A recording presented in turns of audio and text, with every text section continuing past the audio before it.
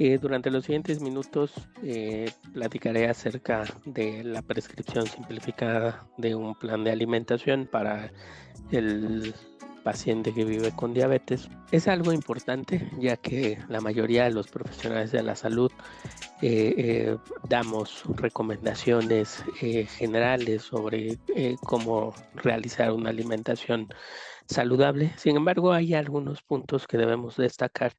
y algunas cosas que debemos de cambiar y que se han mantenido a lo largo de los años y las cuales, bueno, pues han quedado en desuso, como el utilizar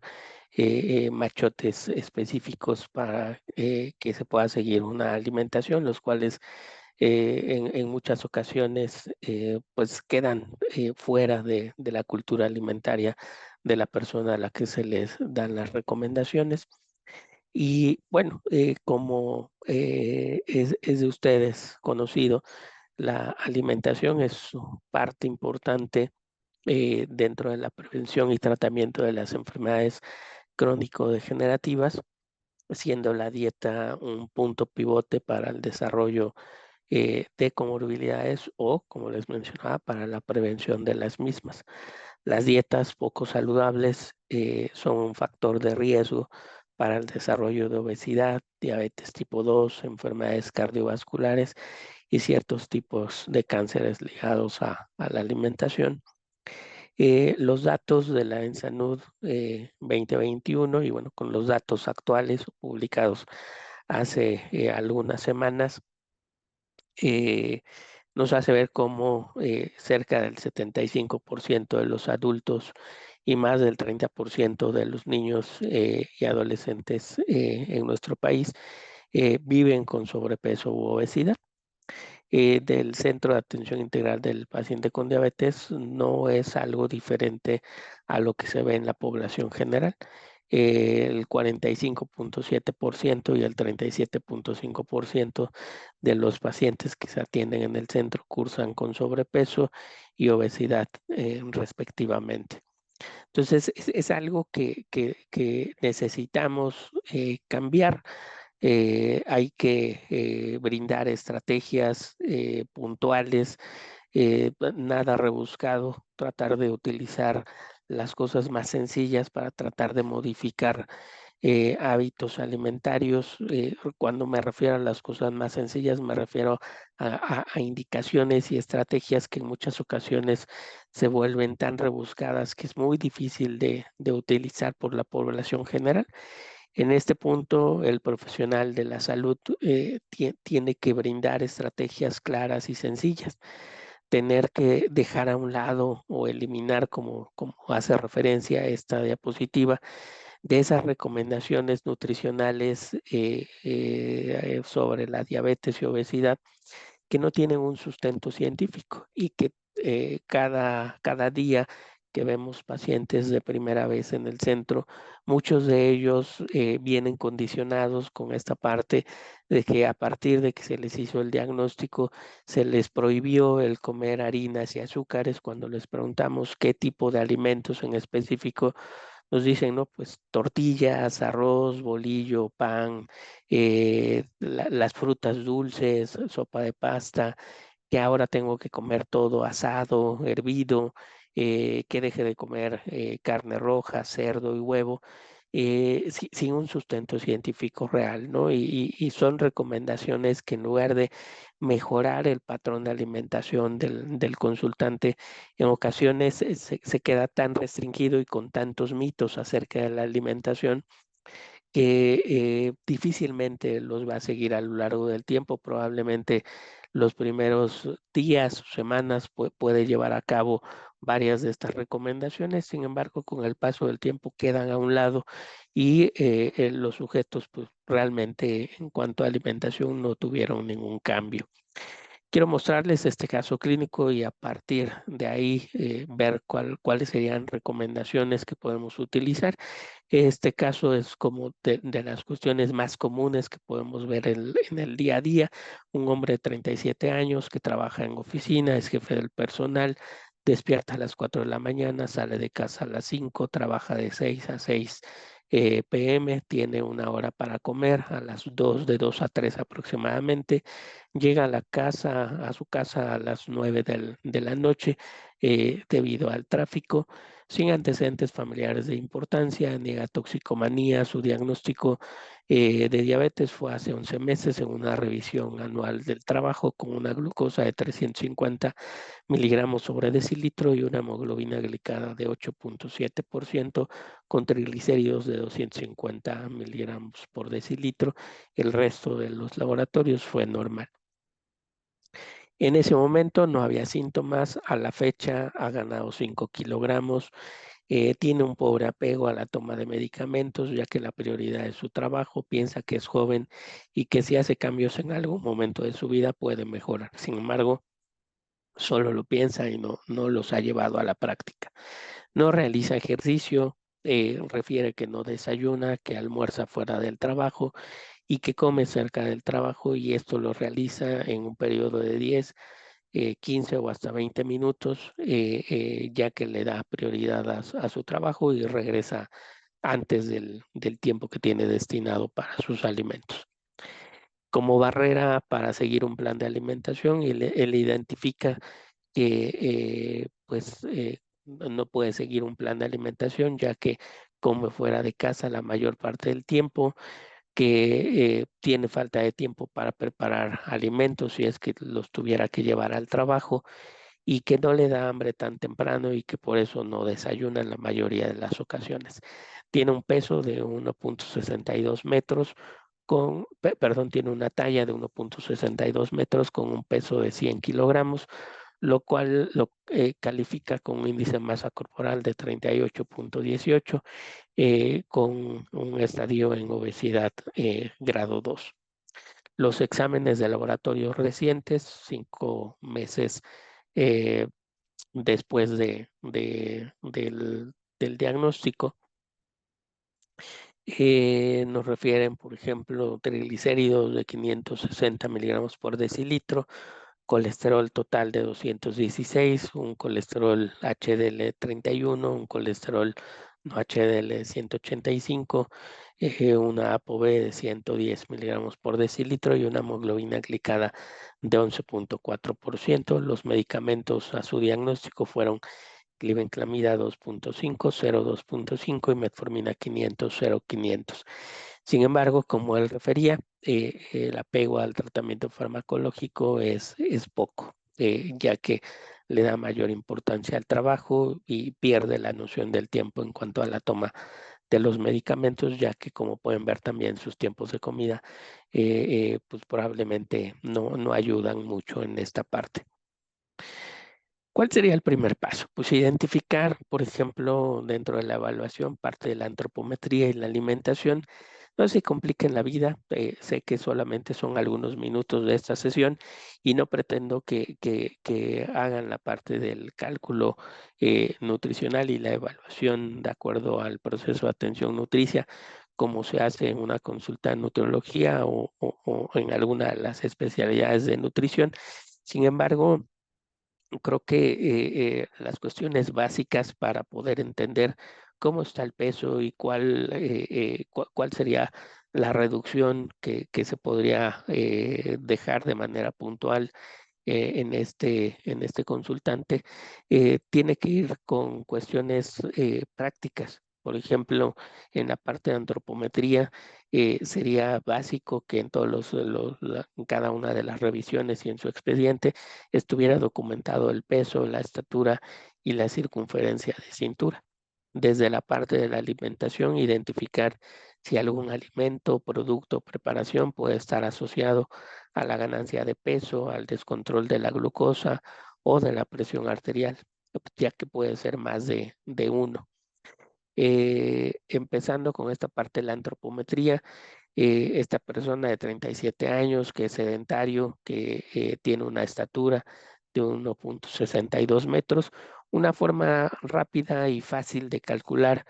cuál es el peso teórico que debería tener este consultante es de acuerdo a una fórmula rápida de peso teórico, que es la talla al cuadrado por el índice de masa corporal que sería deseable de que este sujeto tuviera. Por ejemplo, en el caso de las mujeres, hay una mayor tendencia a dejar un índice de masa corporal de 21.5 o 23, que sería igual de bueno como se tiene el parámetro para un consultante si se es hombre, y que la talla al cuadrado por 23 me daría ese peso teórico. La talla de nuestro consultante es 1.62 metros al cuadrado, es 2.62, se multiplica por el índice de masa corporal deseable, que sería 23, y nos da un peso teórico de 60.4. ¿Por qué sacar este peso teórico? Porque tenemos que ver en la realidad el peso que tiene nuestro paciente de 100 kilogramos. Cuando se le preguntó hace cuánto tiempo tiene un peso como el actual, él refiere que a partir de la adolescencia, después de la universidad, el empezar a trabajar, él empezó a ganar mayor cantidad de peso. Entonces, la realidad es que durante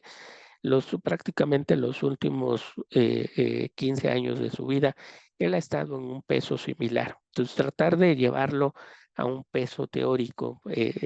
no sería realista. Entonces, aquí tenemos que ponernos metas objetivas y que la mayoría de las guías nos mencionan que aproximadamente una reducción del 5 al 15% de peso sería lo ideal en los primeros 3 a 6 meses de tratamiento. Sin embargo, él menciona que es sedentario, entonces un peso de 60.4 kilogramos, y si vemos el gasto energético total que debería de tener al día para tratar de mantener una pérdida de peso, sería en este caso 60.4 kilogramos por 25, ya que tiene obesidad y es sedentario, y nos da un total de 1.800 kilocalorías, que debería ser lo que en su dieta se debería de tratar de ubicar aproximadamente. Sin embargo,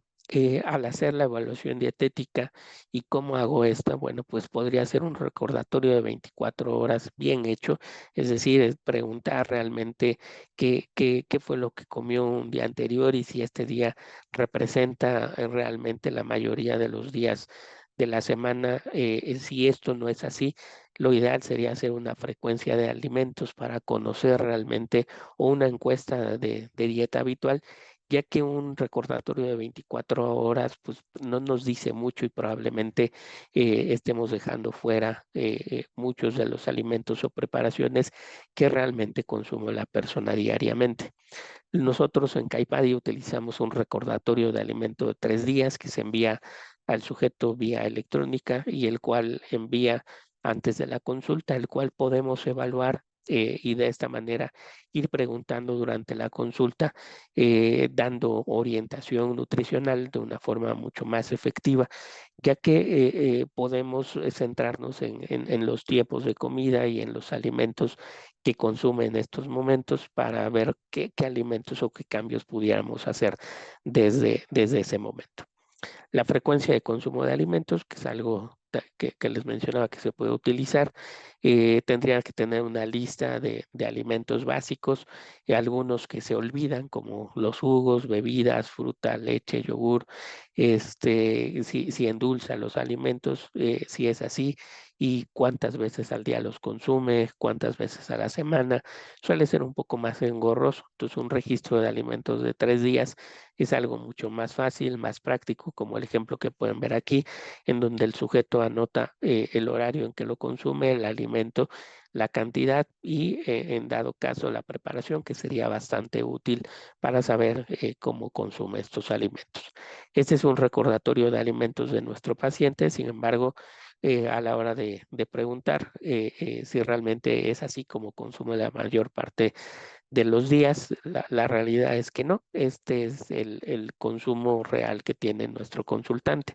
Como pueden ver, él dijo que no desayunaba. Sin embargo, a las 9 de la mañana consume un tamal de rajazo verde con un pan dulce y un vaso de atole. Cuando se le pregunta el que él había mencionado que no desayuna, Él hace referencia que para él desayunar es sentarse a la mesa con la familia, comer de una forma tranquila. Entonces, esto lo consume en 10 minutos. Para él no lo toma en cuenta o no lo refiere. Sin embargo, por eso les mencionaba, hay que hacer mucho hincapié en cuanto cantidad, bebidas y alimentos que pudiera consumir de forma rápida y que en muchas ocasiones la mayoría de la población los omite y que son una fuente energética grande que pudiera estar realmente ahí conflictuando a la hora de hacer el análisis de la alimentación. A media mañana, que es cuando él almuerza, baja de las oficinas y lo que tiene a la mano o lo más cercano es un lugar donde venden tacos de guisado, donde consume 3 tacos con doble tortilla y agrega una porción de arroz a cada uno de estos y toma un jugo de botella que dice natural. Sin embargo, cuando se pregunta nuevamente aquí en esta parte, ¿por qué de doble tortilla? Él hace referencia que porque así se los sirven, no porque así los pida, y que lo que hay de guarnición pues son papas, frijoles, arroz y nopales. Entonces él prefiere el arroz porque le gusta el arroz. Sin embargo, él no identifica que el arroz es otra porción más de carbohidratos que se adiciona a las tortillas que ya son en doble cantidad. Cuando se le pregunta por qué tal vez no un refresco y por qué si el jugo, él hace referencia que el refresco es malo y que el jugo al ser natural es como consumir fruta y por lo tanto lo consume. Hasta este punto lo que podemos ver es solamente falta de educación nutricional, la cual cuando se fue resolviendo en cada uno de estos puntos, cuando se le preguntó que si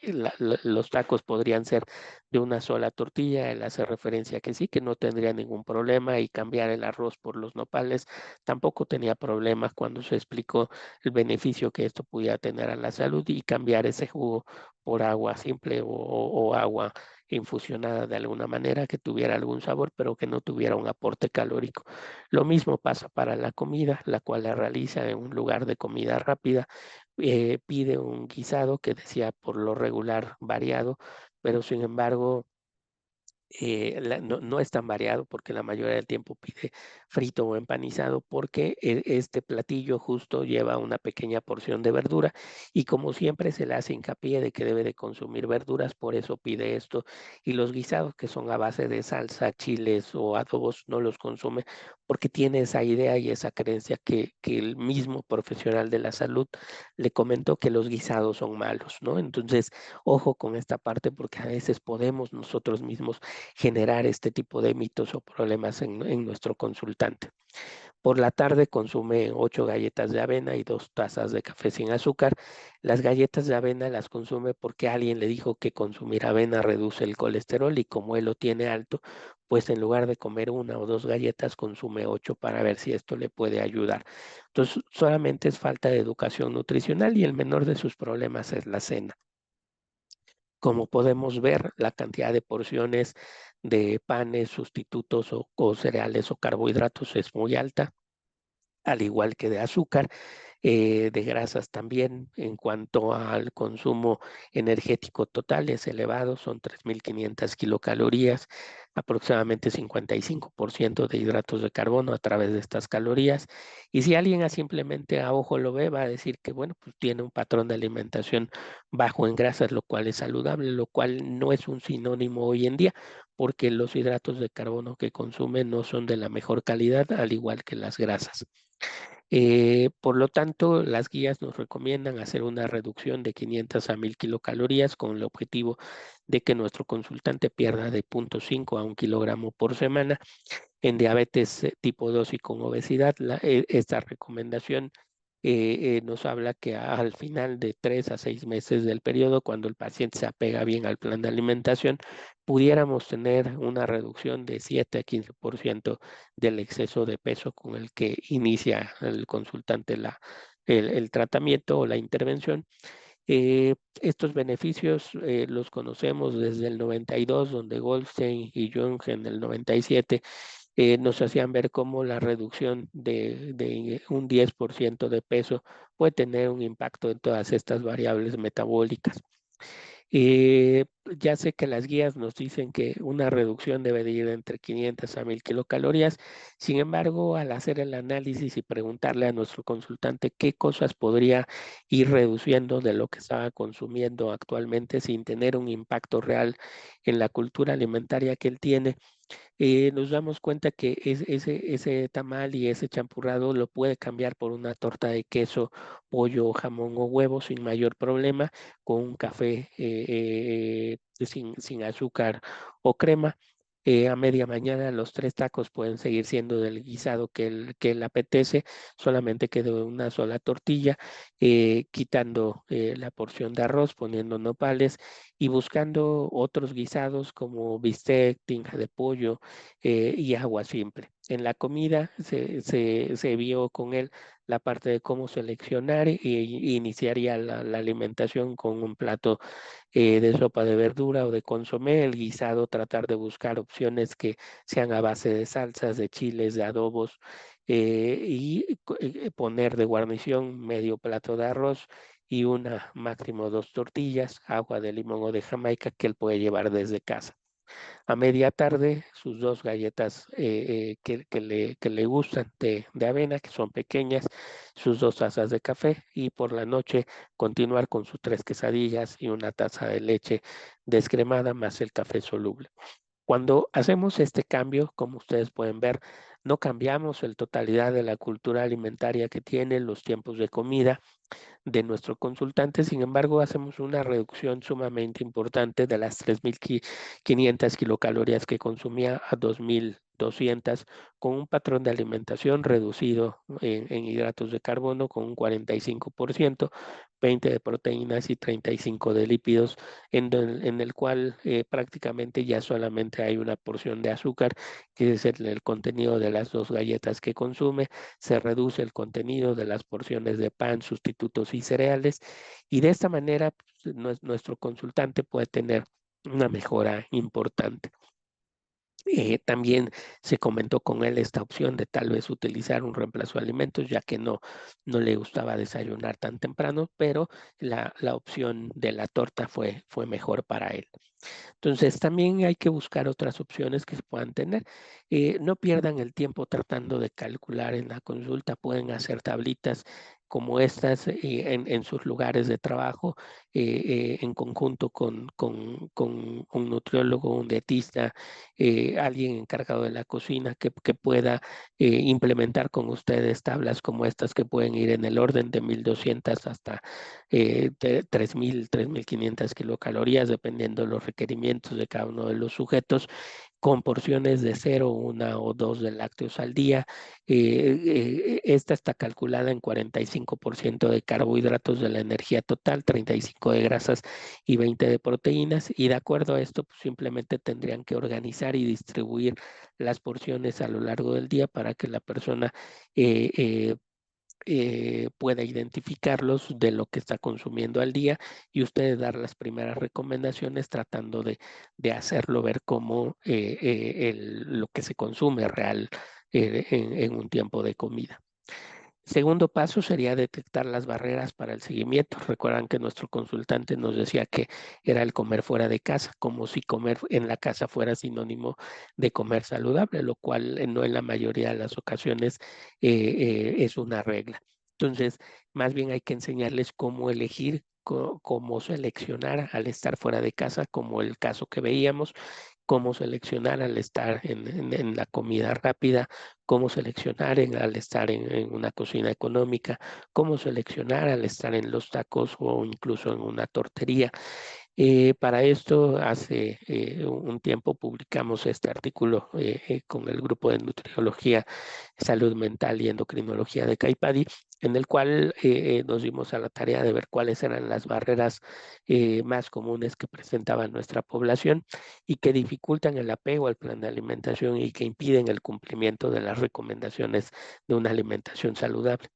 Eh, Nada diferente encontramos a lo que tiene la población general o incluso algunos países de primer mundo como Suiza. Realmente la alimentación es una de las variables eh, más complejas en el sentido de buscar cuáles serían las opciones de las personas o incluso la motivación para cambiar su forma de alimentación. En muchas de las ocasiones solamente es hasta tener una complicación cuando se busca el modificar la forma de comer de una persona. Sin embargo, desde la parte preventiva, cuando identificamos una barrera y podemos brincarla, creo que es de gran ayuda para que el consultante pueda tener un mejor control metabólico.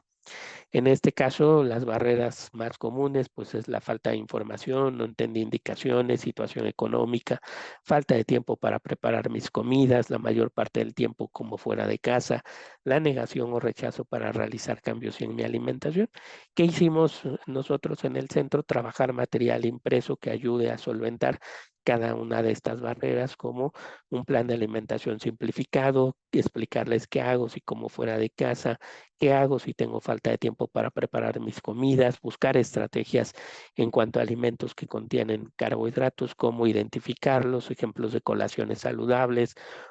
Utilizamos el método del plato saludable que en una diapositiva más adelante van a ubicar y que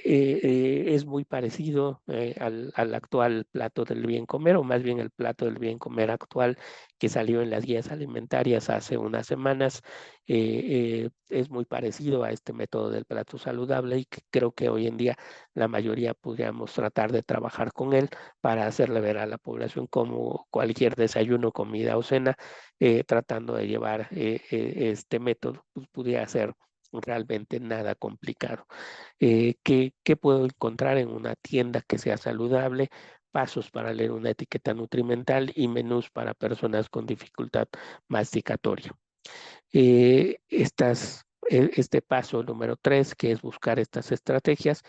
esto es con lo que lo hacemos nosotros. Este es el método del plato, en donde les explicamos que la mitad de su plato debe de contener vegetales, no simplemente hervidos, asados o en una ensalada, sino de acuerdo a los diferentes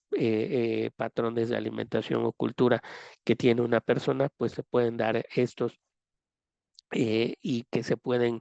ir ajustando a la alimentación. Por ejemplo, si esto fuera un huevo a la mexicana, el huevo sería la parte de la proteína, jitomate, chile y cebolla estarían dentro del grupo de verduras en mayor cantidad de lo que habitualmente se le suele poner. Y dentro del grupo de cereales, leguminosas y tubérculos que nos aportan energía, un par de tortillas o una pequeña porción de frijoles y una tortilla serían el carbohidrato de ese tiempo de comida. Así es como se puede ver un desayuno, una comida y una cena, donde en una cena nos preguntaba alguien, o sea, ¿sí me puedo comer 2 tacos? Claro, las tortillas tal vez no son fritas, es algo de bistec a la plancha o con un poco de aceite combinado con una salsa, algo de aguacate y que puede quitar ese mito que en la realidad es que una cena no pudieran ser un par de tacos o no es saludable si consumo esto, ya que están dentro del patrón de un método del plato saludable y un patrón de alimentación realmente de beneficio hacia la salud. El control de porciones es otra parte que hay que trabajar con ellos, hay que ubicar el tamaño de lo que se está comiendo, mejorar la selección de alimentos, ya que a veces simplemente se prohíbe, pero no se dan otras opciones y eso es lo que hay que cambiar. Falta de tiempo para preparar mis alimentos, que en conjunto con la familia puedan armar un menú semanal,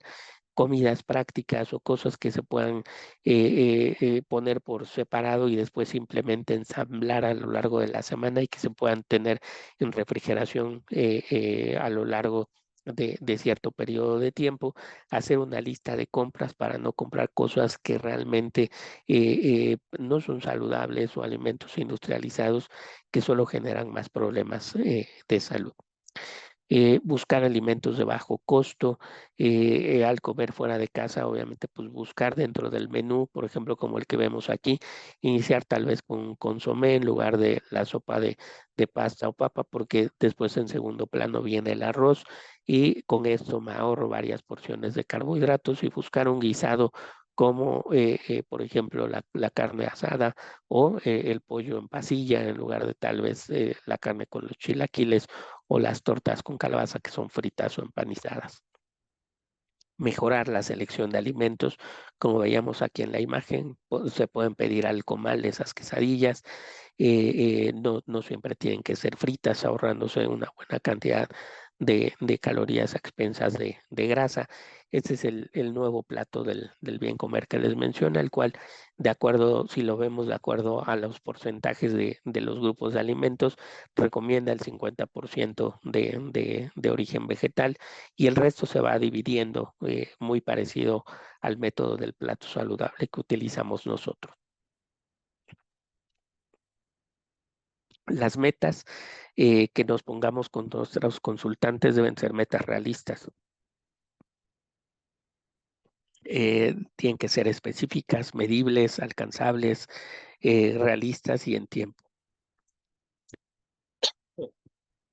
Por ejemplo, simplemente dar la indicación de comer muchas frutas o verduras no sería lo indicado. La realidad es que se tiene que incluir un determinado cantidad o ser específicas como una taza de verduras medibles y alcanzables en qué tiempo, por lo menos 5 veces por semana, y en el tiempo la parte de en el cual se le va a dar el seguimiento y en la siguiente consulta evaluar si realmente se llevó a esa meta. Y así para cada uno de los cambios que pretendemos hacer con nuestro consultante. Este es el plan simplificado que utilizamos nosotros. En verde están los alimentos que se pueden comer libremente, que en este caso pues son las verduras, en amarillo moderar y en rojo alto o tratar de evitar. Los tiempos de comida también son importantes y en el sentido del plan de alimentación, bueno, en verde, como les mencionaba, son todas las verduras, que es lo que queremos que más consuman, moderado, y aquí agregamos la cantidad de las porciones en cuanto a las frutas, así igual para el pan, tortillas, cereales, tubérculos y leguminosas, al igual que para los lácteos, para los productos de origen animal y las grasas. Y tratar de evitar, como pueden ver, nos dice está prohibido, tratar de evitar y en la menor cantidad o en el menor caso posible, pues utilizar este tipo de alimentos, por ejemplo, puede ser en festividades o días especiales en los cuales se pudieran consumir cuidando la cantidad. El control de porciones que les mencionaba también es sumamente importante y ustedes podrían apoyarse de guías visuales como pelotas, platos, cucharas que puedan ejemplificarle al paciente más fácilmente la cantidad. Hay que utilizar alimentos de baja densidad energética, por ejemplo, vean, a veces decimos en la colación cómase unos cacahuates, pero el paciente dice, no, no me quedo satisfecho. Ok, pero ¿qué tal si utiliza algunas verduras como jícama, pepinos, zanahoria, brócoli, bueno, la verdura que al mes le agrade, y agregarle ahí los cacahuates, algo de limón y chilito, lo cual obviamente da mucho más saciedad que simplemente comerse los cacahuates. Por el desayuno, hay pacientes que dicen "Es que un par de huevos no quedo satisfecho", bueno, pero si hace par de huevos, le agrega una taza de jotes, nopales o la verdura que quiera, pues da mayor volumen con menor cantidad energética en cuanto al volumen que puedan tener, a diferencia si se agregaran algunos otros alimentos como chorizo, longaniza, tocino, que van a ser grasas saturadas y que obviamente dan mayor volumen, dan saciedad por el contenido de grasa, pero son perjudiciales a la salud. Estrategias con ejemplos de colaciones saludables, combinaciones que se pueden llevar desde casa o que se pueden comprar en lugares accesibles a los lugares o centros de trabajo, cosas muy sencillas que no se echan a perder o frutas que, por ejemplo, una manzana por el tipo de cáscara que tiene, es difícil que se eche a perder, a más que pasen muchos días en la mochila de la persona, pero llevar esto con una bolsita de cacahuates o un puñado de cacahuates es algo tan fácil de realizar y que puede ser una colación saludable. Como les mencionaba, también la selección de alimentos, cómo escoger estos a lo largo del día y que pueden cambiar realmente la proporción de 2 tamales y un champurrado a un huevo a la mexicana con frijoles y tortilla, ¿no? El cambio es realmente impresionante en cuanto a un jugo, una fruta o unas papas fritas a una papa horneada. Un pan dulce versus un pan tal vez con crema de cacahuate o simplemente, por ejemplo, medio cuernito, medio biscuit o medio bolillo con un poco de mantequilla de cacahuate o mantequilla, que podrían ser una opción cuando no se comen de forma también tan frecuente, el cambiar un refresco por una infusión que no aporta calorías. Entonces, las estrategias y recomendaciones deben de ser personalizadas, se deben negociar y establecer metas de intervención alimentaria, identificar los problemas y estas metas negociarlas realmente cada una con nuestros consultantes. Como se menciona aquí, el tamaño de las porciones, ya lo identifique. Entonces, la meta negociable va a ser reducir el consumo de este tamaño de las porciones del alimento que se haya encontrado. Por ejemplo, aquí los cereales o almidones refinados que se estaban comiendo en exceso, el consumo reducido de frutas y verduras. Bueno, entonces, ¿cuál va a ser la meta negociable? Aumentar el consumo de estas determinado en qué tiempo de comida, en qué cantidad y cuántas veces a la semana lo va a hacer y ver si con esto se logra el objetivo en la siguiente consulta. ¿Qué logramos con esto? Que tal vez parece muy simple y superficial, pero que cuando realmente ya los llevamos a la práctica podemos generar cambios como los que vemos en nuestro consultante. Si bien a lo mejor me podrían decir en estos 3 primeros meses de tratamiento no alcanzó la meta de ese 5% de peso que se buscaba, pero hubo cambios en composición corporal muy importantes. De ahí la medición de la circunferencia de cintura si no cuento con una báscula para hacer medición de bioimpedancia o como se hace en investigación con algunos otros aparatos más sofisticados, los cuales, bueno, pues incrementan costos, ¿no? Como un densitómetro, pero con una báscula de bioimpedancia de por lo menos 8 electrodos, pudiéramos tener una buena medición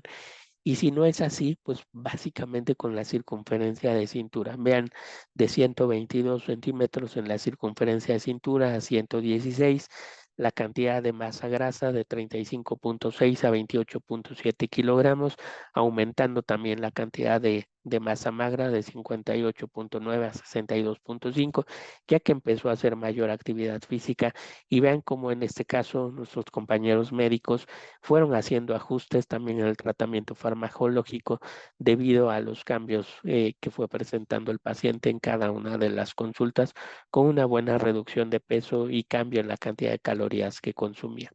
Hay que recordarle a nuestros consultantes que el plan de alimentación es para toda la vida, por lo tanto, no existe un patrón de alimentación único. Las personas que viven con diabetes, con sobrepeso o obesidad, la planificación de las comidas debe ser individualizada y esto es lo que realmente a lo largo del tiempo logra cambios sostenibles. ¿Cuáles serían los mensajes para llevar de esta sesión? Que establezcan ustedes como profesionales de la salud metas de colaboración con el consultante, ya que usted como profesional de la salud es un facilitador de cambio y el consultante debe tomar un papel activo y mejorar la toma de decisiones sobre la selección, preparación y compra de sus alimentos. Hay que identificar las barreras para el apego al plan de alimentación e implementar estrategias para solucionarlas en lugar de solamente prohibir. Como conclusión, puedo mencionarles que prescribir una dieta no es la solución. Lo importante es lograr que el paciente se comprometa a modificar su estilo de vida y tome decisiones correctas al momento de comer. Mi nombre es Marco Antonio Melgarejo Hernández, soy nutrólogo de Caipadi. Dejo mis correos electrónicos y de redes sociales. Cualquier duda o comentario, con todo gusto la puedo atender. Muchas gracias por la invitación nuevamente.